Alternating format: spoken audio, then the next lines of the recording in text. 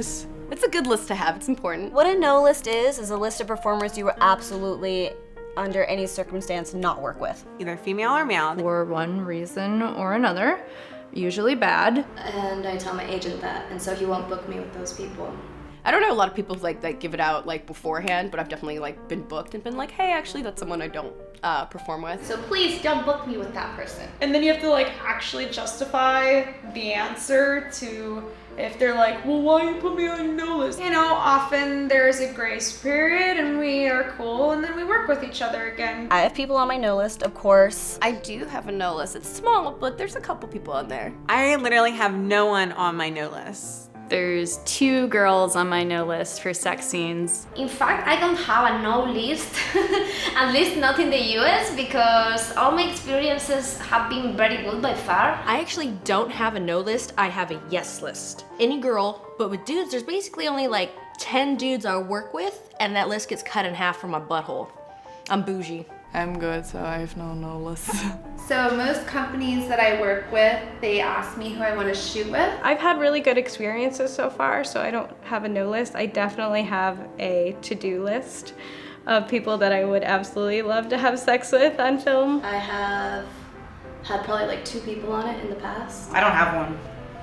I'd bang anybody. What does it take to someone to be in my no list? Somebody were to show up on set with an open wound, of which I've been on set with that means no. If you're blatantly racist or nasty on social media, I'll put you on my no list. Has either had a bad reputation in the community or you personally just don't find attractive or anything like that. To get on my porn no list, you have to be like openly misogynistic in a not sexy fashion. Misogynistic in a sexy fashion? Totally fine.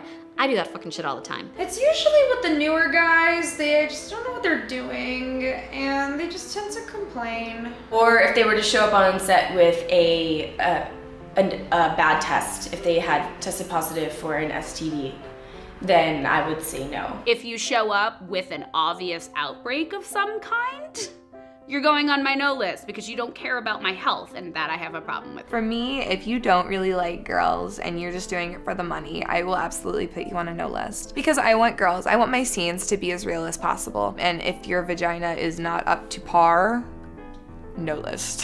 One of them is because I've been around her vagina and it was pretty disgusting when I was around it. I don't really want to put my face anywhere near it. People who are not hygienic.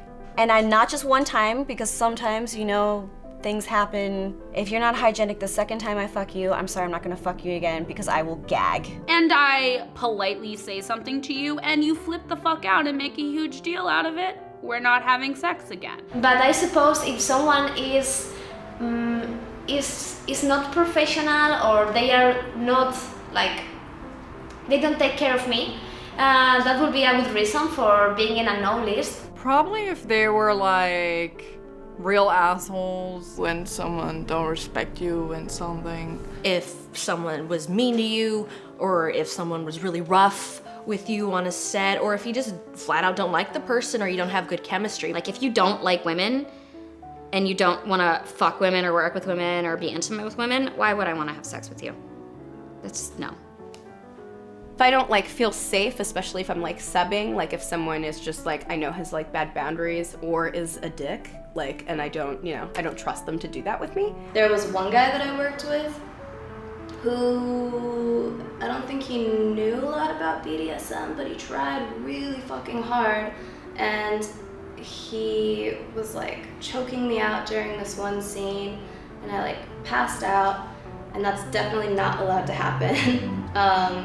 In most cases, in pretty much all cases it doesn't. But with this guy in particular, he went way too hard. Like he bit my neck until it bled, and he kept hitting me, and just, he was like using BDSM as a form of abuse.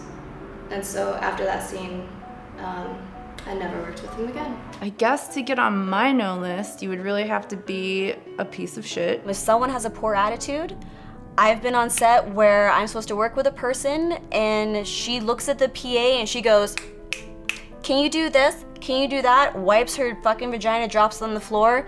I'm like, how disrespectful of you. You are a shit human being. I will not work with you. Performers that are just not nice people in general, and I've worked with before that are just total assholes, be it guys or girls. Yeah, just don't be a diva, don't be a cunt. To get on my no list,